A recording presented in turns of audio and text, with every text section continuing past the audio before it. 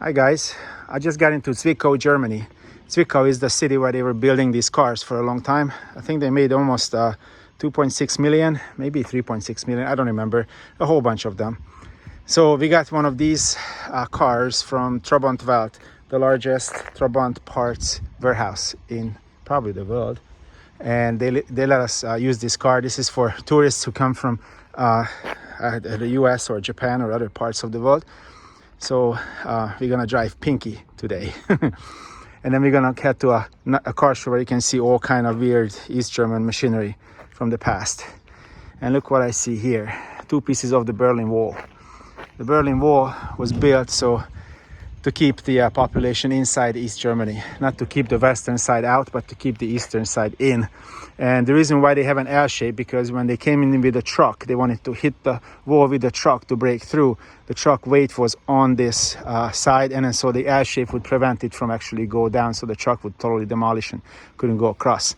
So consequently, this is the east side, the other side is the west side. The wall was really long, several miles long around Berlin.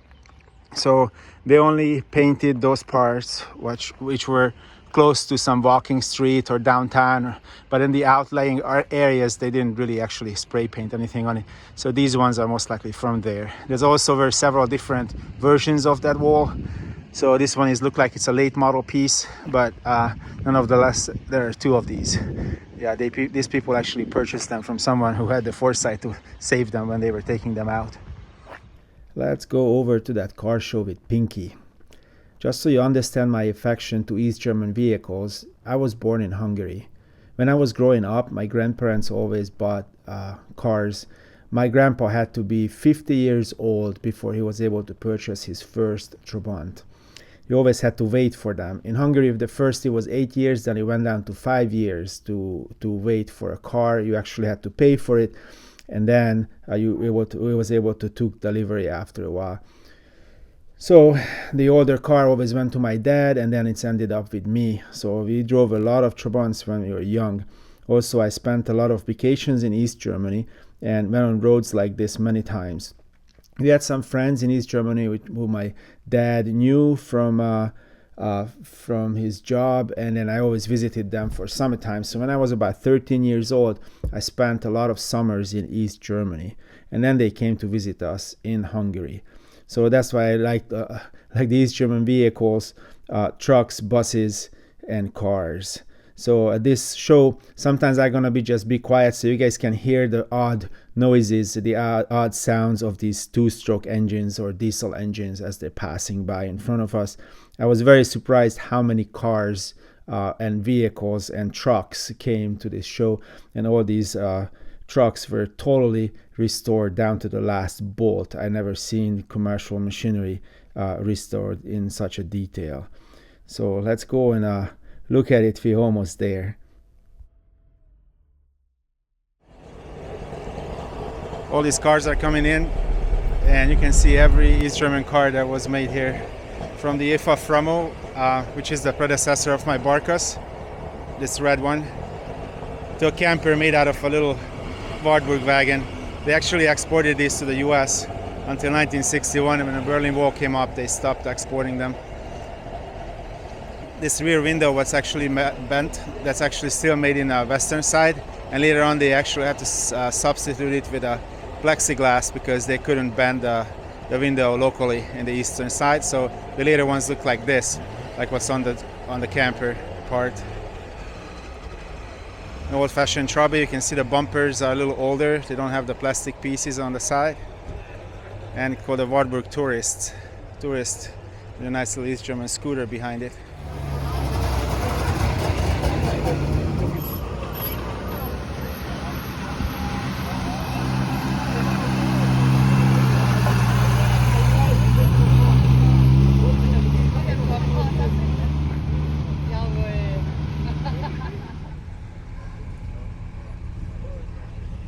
Yeah, this is a Lada with a soft top, which I've never seen before. I don't know how they put that in there.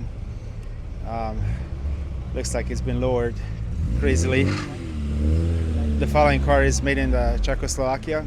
It's a Škoda Felicia. Had a 4-cylinder, 4-stroke engine.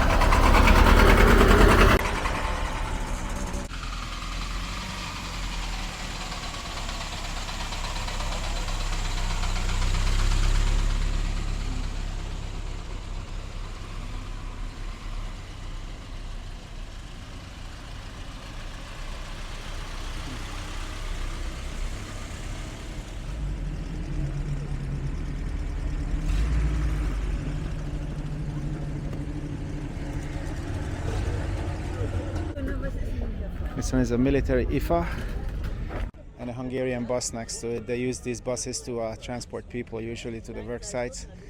This Icarus bus was made in Hungary, and it's a very rare piece. It's like a smaller piece than normally they use.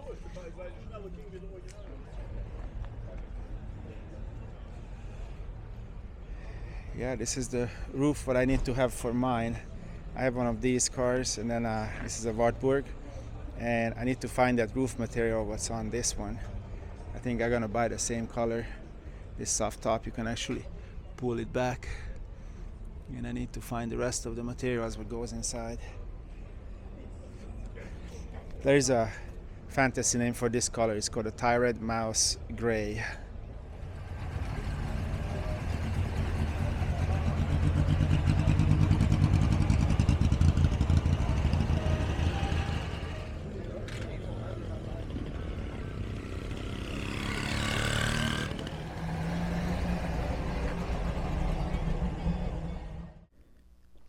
This car show was organized by the museum, the truck museum.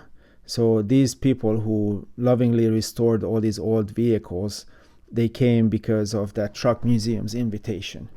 Those were IFAs, what we're seeing, and this one is an older East German truck. I never heard about it. This is the first time I seen one. They were all lovingly restored. Sounds like they have diesel engines, and they're East German for sure. And then it's possible that they are the older IFAs. I don't know. I grew up with these ones, like this red and white one. The next one is an Icarus bus. Icarus was made a lot of buses. They exported all around the world. Some came to the US as well. This one is a Robur truck with an air-cooled diesel engine. Again, there is an IFA. Then this one is a Russian truck. I think this one is a Kraz. It was popular in Russia and in the Eastern Bloc countries. And again, there is another Robur bus. This thing is a very interesting setup. They just put a camper in the back. I assume they were carrying some sort of mining equipment with it, so it's like a heavy transport vehicle. And when it was still East Germany, there was a speed limit of 80 kilometers per hour, which is barely anything. So these trucks were doing just fine. Look at this. This is like also a mining operation truck, very lovingly restored down to the last bolt. It's incredible. And then another old IFA. They had a couple of old relics displayed here. These are not, I don't think these ones for sale, and they were all kind of old games. Like I had one of those optical sets when I was growing up, some little remote controlled cars and all kind of other things. And then you look at this old couple with a nice camper and the Wartburg wagon in front of them. That was a total East German site. The old guy didn't like me to take a video of him for some reason. Maybe he was an old Stasi agent, or I don't know. And these are all accessories but been put on in this nice little 311 Wartburg. You know, typical German fashion people enjoying eating their lunches. And this one is a Mercedes. It's a Mercedes 170V. And they made these cars between the 1930s and the 1950s. This one happened to be a 170D. It's a diesel engine powered car. It was very popular. They're made in Argentina as well. This one is an IFA Framo with a 3-cylinder 2-stroke engine, and what this one is, I have no clue. It has a 2-stroke 2-cylinder engine. I see that much, and I see the signal arms on the side here in the B pillar. Was requirement in the 30s. And this one is, wow, this my heart stopped. I had one of these. I had actually quite a few of them in Hungary. This is a 1959 Opel, a GM brand. And somebody made it to a convertible. They didn't make any convertibles from this car, so somebody cut it down, did a really nice job of it. I bought a sedan just like this, and I wanted to do the same thing, but never got to it. But it looks like this guy did. I really enjoy looking at it. It's a nice Opel. Again, it's an Opel record. This one is a DKW, part of the Auto Union group. Not an Audi, despite the fact that it has 4 rings on the front. But we'll get back to that a little later. And then as we're going forward, you're going to see a BMW. Well, first a new Trabi, and then a BMW Isetta. This is quite popular in the US. You've probably seen it in car shows, and people call it the clown car because in The Simpsons, they were showing that a whole bunch of clowns got out of it on the front door. There were several versions what came to the US, but there you go. There's one. This is a very rare car. They only made 490 some of these. This is a Wartburg 313. It's a sports coupe. I know 4 of them in the US. My friend Victor owns all 4. There's probably one more lingering around. It's a very rare car. And this one is a P70, a predecessor of the Trabant. It's made out of Duraplast as well. I think this one looks very pretty compared to the Trabant, what came out of it. But this one was a coupe, very rare piece. I never seen one in one piece before. I've seen many P70s, and they made station wagons and sedans, but this is a P70 coupe. This is how it's supposed to look like. Very nice car. A little bit small, even with the Trabant standards. This is an IFA. Very much looked like the DKW, but it was after basically the communists took over the factory and they started to make IFAs just like they did DKWs before the war. This looks like a nicely leftover piece with a Wartburg taillights. And then again, this one also has Wartburg taillights. I'm not sure why. This is like a later model Wartburg taillights. They probably didn't have any other during the communist era, and they just stuck them on it. But nonetheless, it's here and it's running. The next car is going to be a Russian Volga. The Russian Volga was popular. You couldn't buy one. Only people in the Communist Party and mid-leaders had these Volgas. This is an Adler. Adler was a German brand. This is a pre-1930, most likely because it's squarish. The 1930s were very nicely shaped. I believe this one is a earlier version. The later versions were not as boxy as this thing, so this one might be before the 30s, actually. This is an old BMW, a 501, a new BMW. I'm not sure what that's doing here. And there is an EMW. The BMW factory would fall on the eastern side. They actually changed their names to EMW, and later on they totally just stopped using the prop. These ones are more trucks, very lovingly restored down to the bolt restorations. I seen all kind of things what I grew up with, but these ones I still don't know what these things are. Some sort of East German wonders. But there are some. Minolf was the, it's like Shell. That was their oil company in the eastern side. There's a bus with some Wartburg lights, Wartburg 353 lights. I don't know. I'm not familiar with this bus either. But that bus, the yellow bus, I am. That's an Icarus bus, and there are 2 of these very nice, they call them tail engine Icarus buses. I grew up with those ones. I've seen them many times. They were exported to East Germany, and that's why they were here. So this one has the engine on the back, and these are incredibly restored. It's very, very nice. There's some of them in Hungary, but they also exported them all around the world. And these were like Greyhound buses, sort of. They were not as advanced as the Greyhound bus. I have 2 Greyhound buses at home. You may have seen the videos of it. These ones are a lot better looking, but not as good mechanically.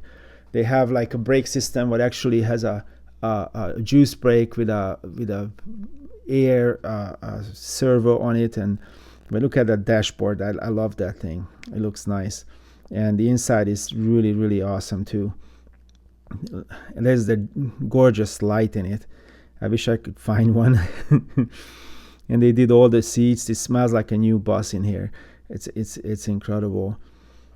And this club seating is on the back. The engine is on the back, of course.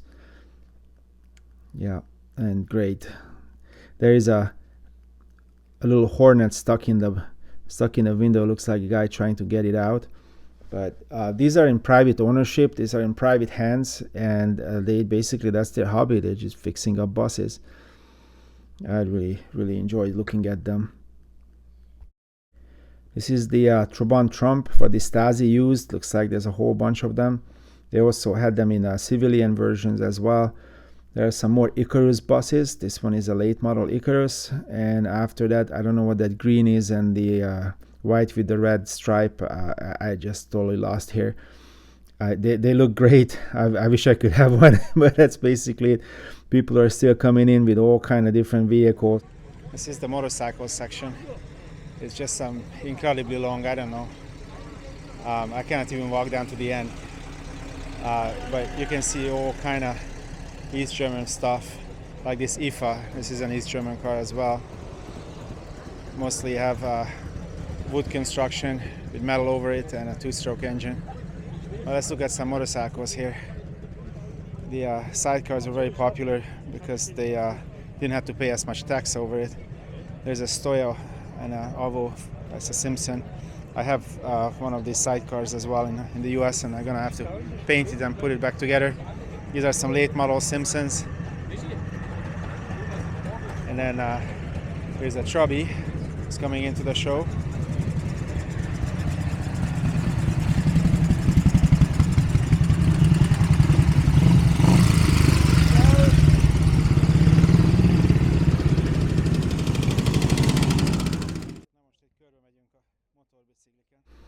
Then here's somebody brought this thing out on a trailer, and then a Royal Enfield setup here. They advertising their motorcycles. They look really cool. It's probably one of the best looking retro motorcycles that Royal Enfield I found recently. It would be nice to buy one. They sell it in the US as well. And then this motorcycle section is just keep going and going and going one after another. This one is a Czechoslovakian trailer with a Java behind it, and the Czech Republic is not that far from here, so maybe they just came over. And these are all East German motorcycles. Well, I don't know what that is. That's a new one. It sticks out. And that one, but this one is a Sport. The blue one, that's a Simpson Sport. I have one of those in the US as well. I'm gonna have to put the sidecar next to it. And there's an old Simpson with a seat on the back. It's like late 50s. And then a Java sidecar, or I'm not even sure what kind of sidecar that was. And then the Simpsons. There is also, this basically look like a BMW, but it's actually an EMW. You can see the red sign on it. So Eisenach Motorwerken, not Bayerische Motorwerken. And then later on, the BMW sued them, and they couldn't use that, so they renamed it Simpson. That's why they're so similar to the BMW motorcycles. Here's the support mechanism, how to put a sidecar on it. So I'm really excited to see this because I'm gonna have to do the same thing. I have a brand new sidecar just like this. I got to paint it and put it next to my Simpson, which is just a little bit younger than this one. So it's about time to put that on and then take the dog around in it. Now this is the section for the tractors, and some of these tractors are really nicely done, some aren't, but they all work. And can you imagine if this would be all wet right now? Because in Germany it rains a lot, or it just rained, or it will rain in a second. So this is a really gorgeous day today when there's no rain. So but if there would be rain, these people would be still here. It would be just a lot of mud, and mud would be everywhere. But fortunately this is one of the nicest day in May when the sun is shining, and I'm pretty sure tomorrow it's going to rain again, and it's rained the day before. So look at this convertible top. It's just like on a Model T. So when it's raining, you can put that over your head, and still you can drive the tractor around and do your work, what you need to do. And there are some options for kids. And there's a band plane. American cars have a big following in Europe. This one is actually an Opel Commodore, and the Opel was, or Senator, the Opel was made by GM. And there's a whole bunch of parts you were able to buy. So there's the swap meet part with street signs still showing Karl Marx Stadt. Now this one is an Opel Commodore. I had one when I was growing up. I'm not proud of it. I'm kind of ruined the car when I was young and stupid. Now I'm just old and stupid. But mine was a silver with a black vinyl top. And this is a huge thing in Hungary to own one of these. This one has a 6-cylinder engine, not the regular 4-cylinder, what would be in an Opel Record. This is an Opel Commodore, and that was the A Commodore. And there was 3 versions of it. There was the normal Commodore, there was the GS, what I had, and this one is. And there was the GSE, the fuel-injected version, which was a new thing for Opel at that time. But look, there's no B-pillar in it. It looks sort of like an American car, but still in European sizes. I really enjoyed driving it. I drove it a lot. After a while, we painted flames on it and smoked tires with it. There was a time when, to support the war effort, there were no metal. So the side of this car is actually made out of wood and vinyl. Imagine that. You can look at it very close. So I could call it a composite, but it's really not. It's just wooden vinyl. It's an Auto Union. You can see the sign on it. It's not Audi. Audi was part of Auto Union. And this one is actually a DKW. In a funny way, the Germans called it the Deutsche Kinderwagen, but it meant something different. It looks pretty good. You want that kind of photograph, huh? So definitely we got a swap meet here, and then the Victor is here from Los Angeles, and then he's looking for more junk. He has to have more junk here. More Wartburg parts. More Wartburg parts. We call it junk, but he thinks it's not junk. Gold. Wartburg gold. So Victor, what you doing here? I'm here looking for Wartburg parts, spare parts. Come to see you. Come to go to Hungary. Come to see Swin. I don't know if he wants to be. Oh, okay. Yeah, he wants to be on camera. You're gonna be on YouTube. There he is. Sven already had a beer, a Hungarian beer. Yeah, there are no problems. I wonder if you guys have seen a $400 toy before. It's an old Wartburg, a remote controlled version. It's incredible. And this one is an Adler.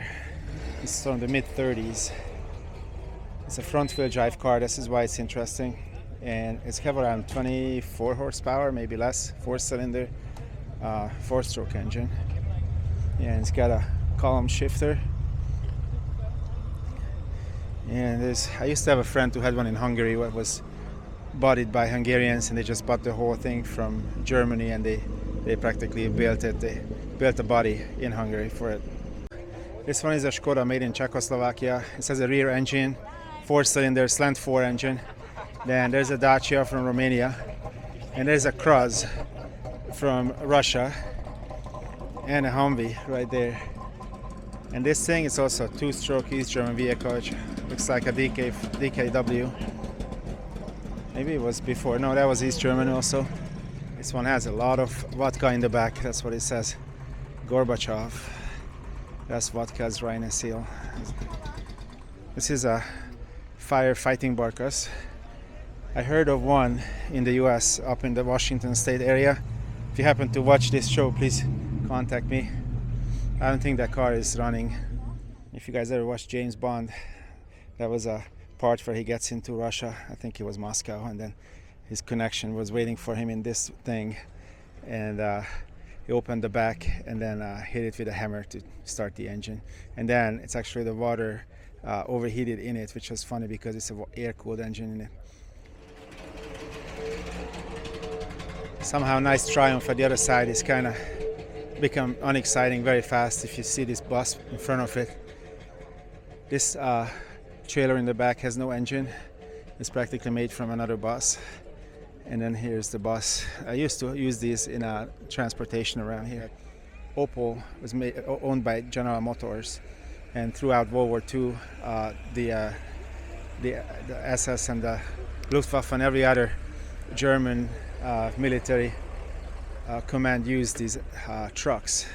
So the factory owned by the Americans, but they were making vehicles for the war machine in Germany. So I don't know how that was played out, but here's a prime example of that era. The only broken down car today is that Oldsmobile convertible. The radiator exploded.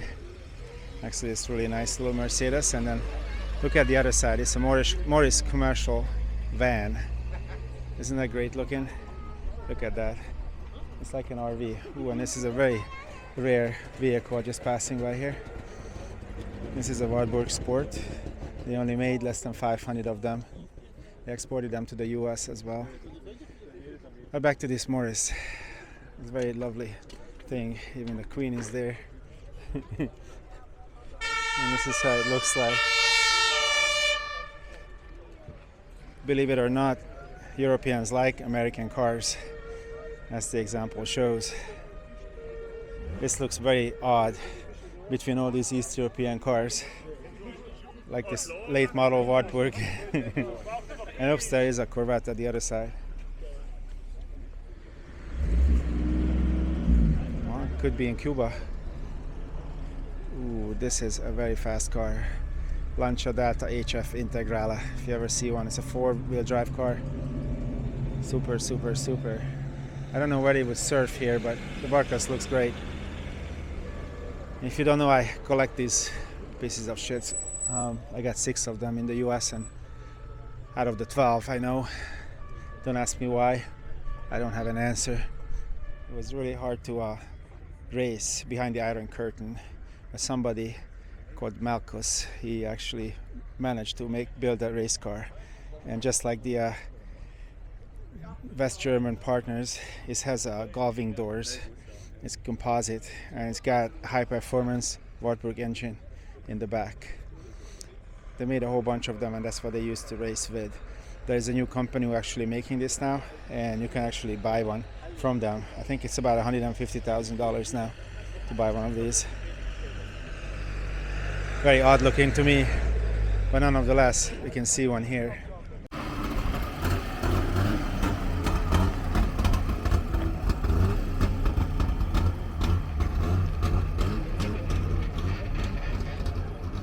IFA was the main concern who owned all the brands in East Germany. So there's several different companies belong to IFA, and that was Wartburg and Trabant and other manufacturers also. So this one is an IFA truck. First they made cars, and then later on they only made commercial machinery. So this one is a military truck, a 4x4, and you can see these things on the rim to prevent it from sinking to the mud. And this one is look like a troop carrying or a radio vehicle. Very nicely fixed up, or it's maybe a leftover from the military. And then if you want to see a car version of that, this was the little IFA. It's leftover from the before the separation of the Germanies, and this one is actually an IFA car. It's a convertible, very similar to a BMW, but looks really, really pretty even in real life.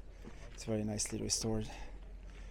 And these red plates are for temporary use, so if you can give your license plate back for the winter time, so you don't have to pay taxes, and just get a temporary plate only for the few days in the summer where it's actually the sun comes out. We probably cut those probably less than a week, when all together in the whole summer when it's actually sunny here. This is a little wooden boat with an old Wartburg engine in it. Wartburg has a 2-stroke 3-cylinder water-cooled engine, so it's a pretty good match for a boat. Some jet skis have the same engine, but looks really nicely done. It is for sale. I wish I could buy it and take it home. Look at that nice big rudder in the back. Wahrscheinlich mal ein Panther XL, ne? Da hatte 2 Motoren. Und manche haben auch einen Lotus mit 2 Motoren gebaut. Das ist ja viel Platz. Ne? This is an East German lowrider motorcycle, a Simpson Schwabe.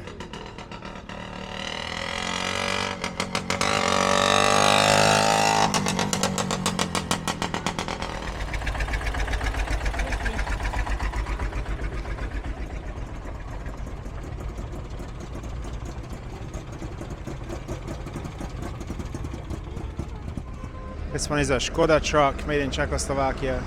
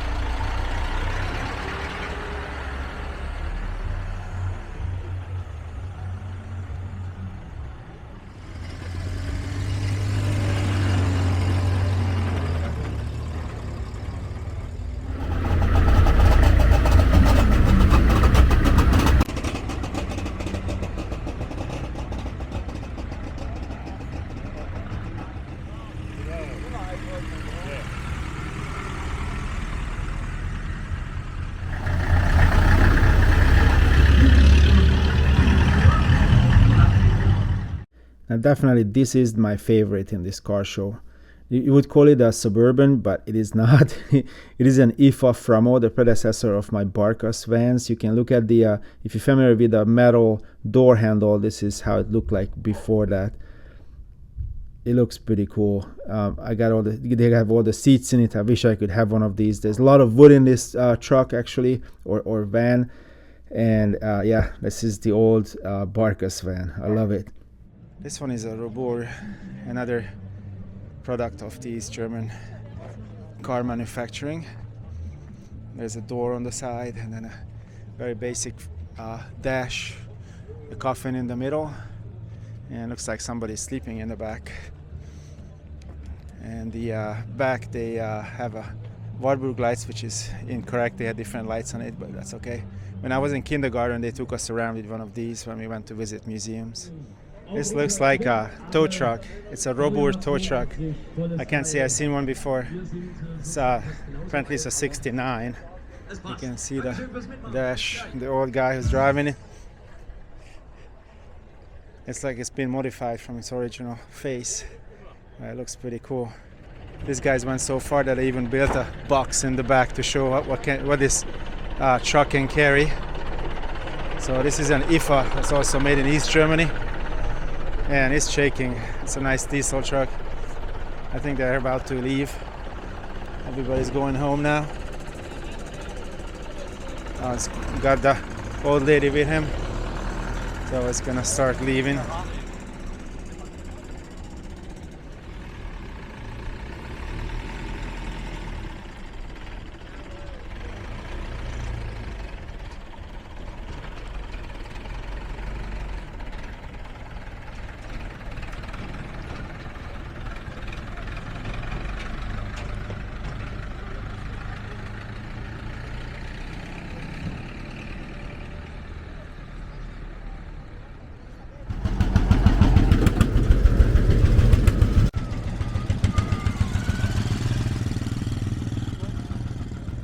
This is a tent what you normally found on top of a Trabi or a Trabant. And this one can be folded up and carried on top of the little Trabi. It's actually fit 2 people and invites all the little flies in the area to land on that nice orange color, which was very popular in the old DDR. And it's behind the Russian 4x4 with 4 doors, actually 5 doors. I have never seen such a thing. I've only seen the 2-door versions.